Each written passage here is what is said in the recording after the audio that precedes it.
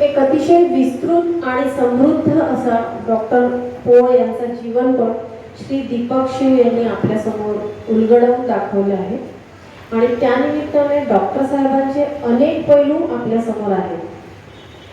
सातत्याने कर्म करणारा कर्मयोगी जसा महत्त्वाचा असतो, त्याचप्रमाणे त्यांची सेवा शुश्रूषा करून त्याला फिट ठेवणारा डॉक्टर पण महत्त्वाचा असतो.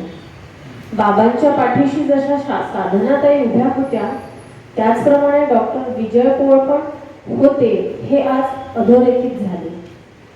असो, आता सत्र प्रश्नोत्तरांचे.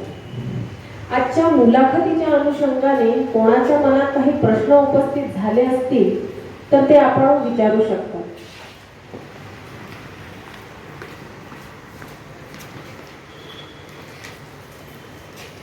हरवले आभाळ ज्यांचे होत यांचा सोबती, सापडेना वाट ज्याला होत यांचा सारथी. असा आनंदांचा एक मोठा म्हणू शकतो आपण की ते हरवलेले जे अनाथ, अंध, अपंग ह्यांच्यासाठी काम करतात आहे. तर ही खूप मोठी अशी समाजसेवा आहे आणि खूप मोठं पुण्याचं काम सुरू आहे आणि ते खूप आनंददायी आहे, मनाला एक खूप आनंद देऊन जातो. तर आपण प्रश्न विचारू शकतो. धन्यवाद. अनेक गोष्टी, आठवणी आपल्या मुखातून आम्हाला ऐकता आल्या. पोळ सरांना विनंती या निमित्ताने एक विचारू इच्छितो की बाबांच्या अशा आठवणी आपण लिहून काढल्या आहेत का पुस्तक रूपामध्ये किंवा असं स्तंभलेखात वगैरे असं काही केलं आहे का? नाही सर. आणि ते करावं असं मला वाटतं. खूप चांगली गोष्ट होईल, कारण पुढच्या पिढीला माहीत होईल. आता आज तुमच्या या मुलाखतीमुळे आम्हाला अनेक गोष्टी माहीत झाल्या, पण ह्या जे प्रेरणादायी प्रसंग आहे हे पुढच्या लोकांपर्यंत गेले पाहिजे. लिखाण मला जमत नाही. काय बाजूला फक्त तुम्हाला उपयोग करता येईल यासाठी आणि आमची शुभेच्छा त्यासाठी आहेत. धन्यवाद.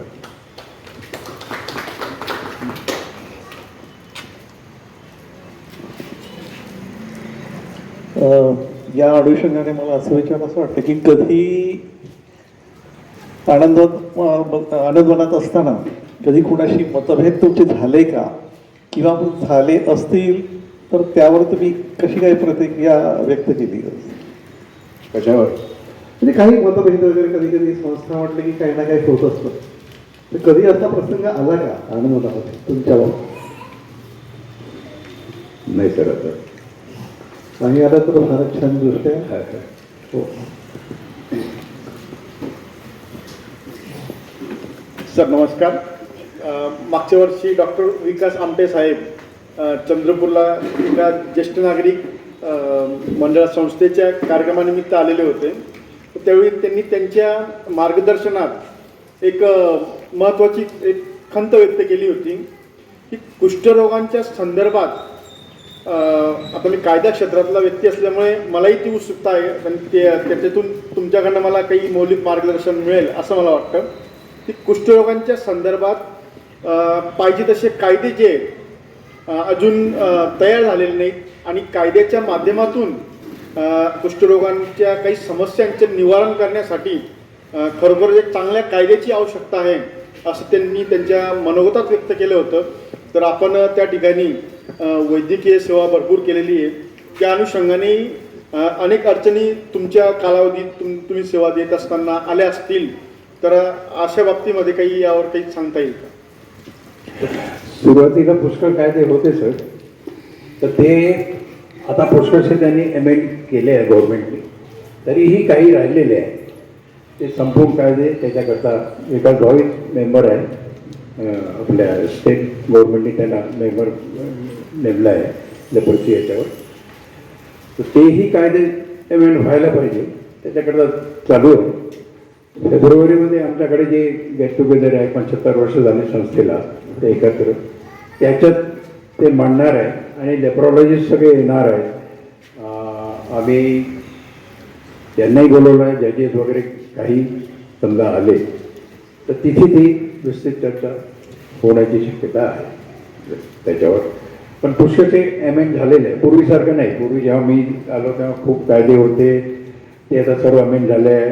म्हणजे लेप्रसी झाली की एकदम त्यांना डायव्होर्सचा हे होता, डायव्होर्स मिळून द्यायचा लेप्रसीच्या ग्राउंडवर. आता तसं लेप्रोसीच्या ग्राउंडवर त्यांना याच्यातून काढून टाकायचे नोकरीतून. आता ते सगळे अमेंड झालेले आहे. त्याच्यावर नाही.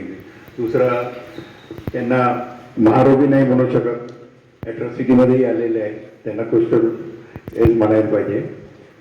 कुष्ठमुक्त, कुष्ठरोगी नाही तर तो बरं झाला नाही का.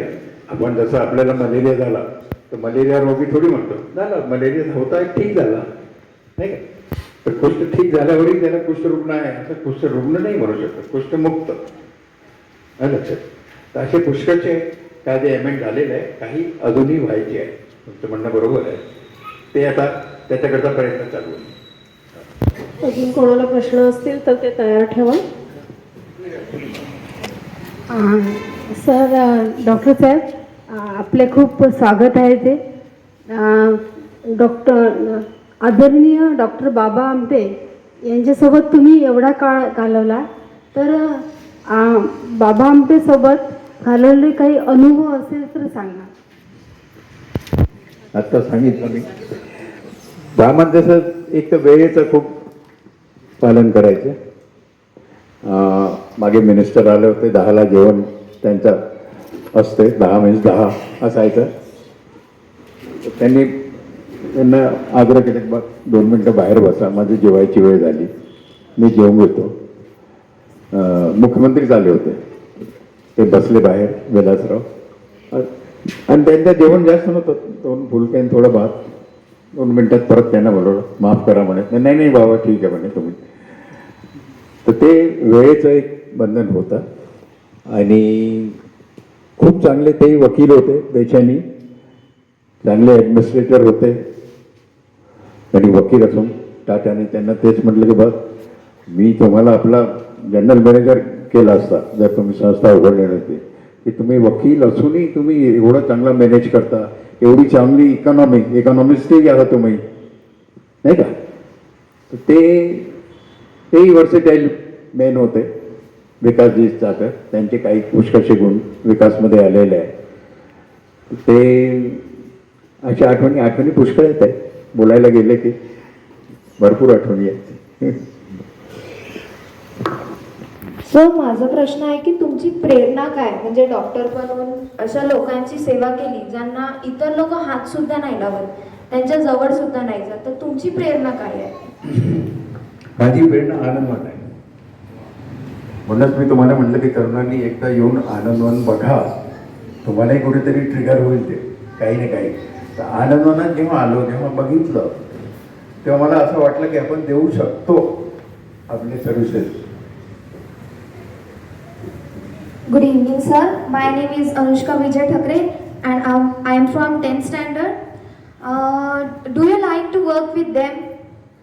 With? Baba Amte? Yeah. I work with him. 40 years I have been working there. And from what perspective did he solve the world? What perspective? Did he solve the world? I couldn't get. Did you? From what perspective did he solve the world, and which thought made him to make the Anandvan and to treat the patients? Yeah. We treat the patient, the leprosy patient. Now, leprosy is not a major disease. It's a disease like any other disease. This is the only disease which is 101% curable. Blood pressure is not curable, diabetes is not curable, sickle cell is not curable. Leprosy is the only disease which is 101% curable. And we follow the WHO guideline. If you want to treat the leprosy patient, you have to follow WHO guideline. The WHO has suggested the guideline. So we follow that WHO guideline. And they have divided leprosy into 2 categories. If the patches are more than 5, we call it MB, multibacillary. For MB, we give them 1 year treatment. If the patches are less than 5, we call it PB, possibacillary. For possibacillary, we give them 6 months treatment. So, this is the only disease which has fixed duration treatment and which is 101% curable, not 101% curable. People, they don't know. They hate leprosy patients. This is the only disease which is not hereditary. blood pressure, diabetes, sickle cell, leukemia, they are all hereditary. This is the only disease which is anuvanshik nahi. This is the only disease which is not hereditary. Okay, this is not your. There is no threat to life. Nobody dies of leprosy. Nobody dies. Have you ever heard the epidemic or endemic of leprosy? Never. Like COVID. Okay, so there is no threat to life. In diabetes, blood pressure, sickle, there is threat to life at any moment. काही होऊ शकतो. Then third thing, this is 100% curable. 95% leprosy, 95% people, they have natural immunity against this disease. 95. I repeat. So only 5% they are susceptible. So you will contact leprosy if your body resistance is low. Otherwise you will not contact.